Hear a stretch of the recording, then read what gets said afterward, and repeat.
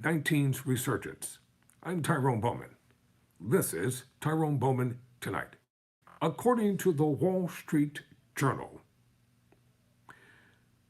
don't count COVID-19 out just yet. COVID-19 infections are rising in the U.S. ahead of the autumn months when respiratory illnesses typically surge as another offshoot of the Omicron variant gains momentum. The continued evolution of the virus is a reminder that COVID-19 remains a nuisance for many and a serious risk for some, even though the disease is far less descriptive than it once was. A rising tide of various concentrations in wastewater and infections in hospitals shows that COVID-19 remains unpredictable.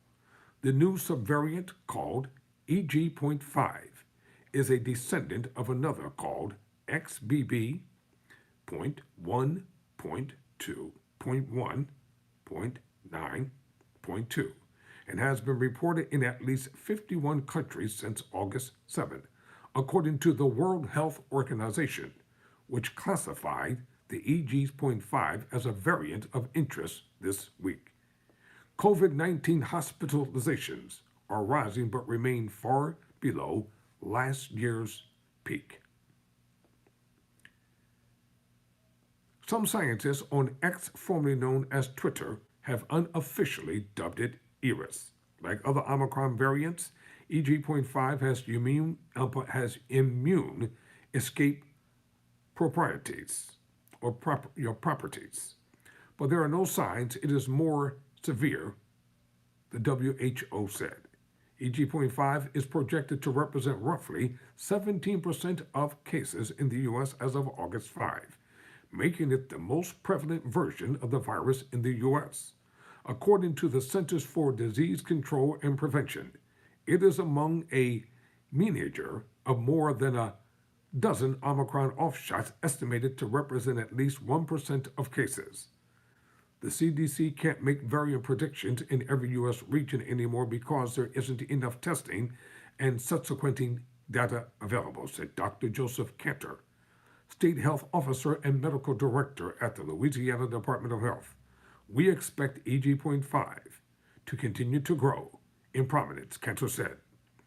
Health officials, vaccine makers, and doctors are gearing up for a fall vaccination campaign that will look different from previous ones. Vaccines will be distributed to pharmacies and doctors' offices through the commercial market, not government purchases.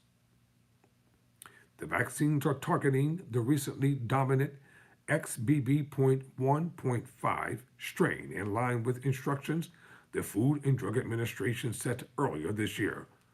Boosters updated to target XBB.1.5 should retain good protection against EG.5 because the Omicron subvariants are similar, Cantor said. It is difficult to predict how long the protection might last, he said.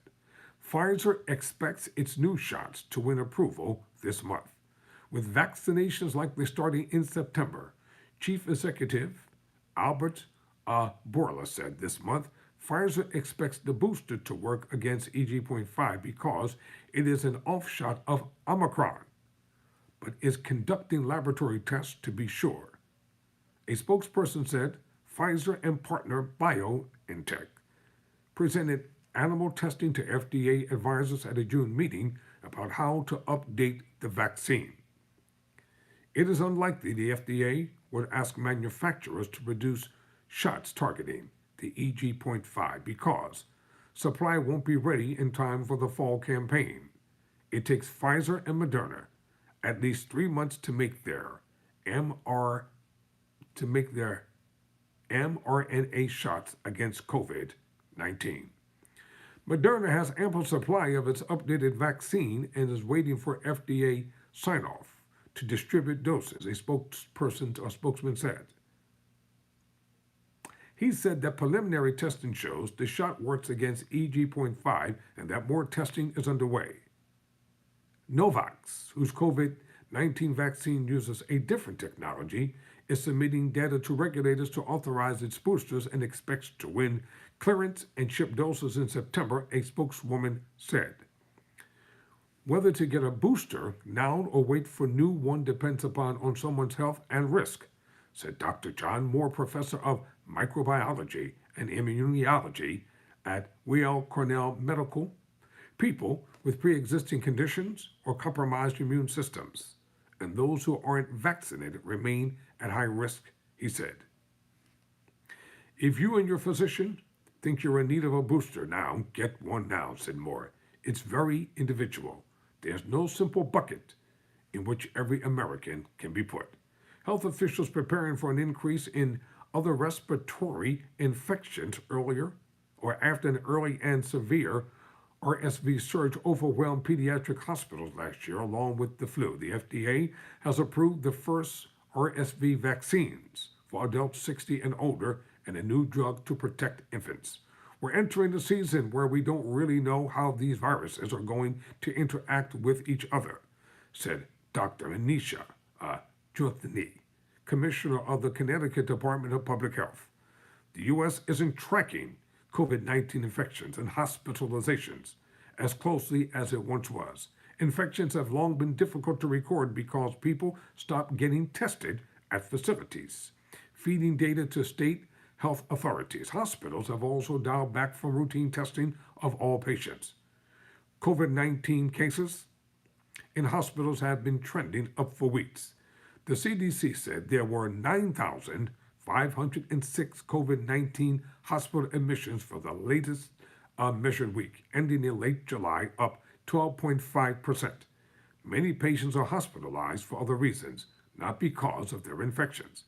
But positive tests in hospitals can reflect increased prevalence of infections in a community. COVID-19 leads to new deaths every day, though far from peaks early in the pandemic. Recent death certificates data show the U.S. averaging fewer than 100 COVID-19 deaths a day. The all-time peak was about 3,700 deaths a day during the week in January 2021.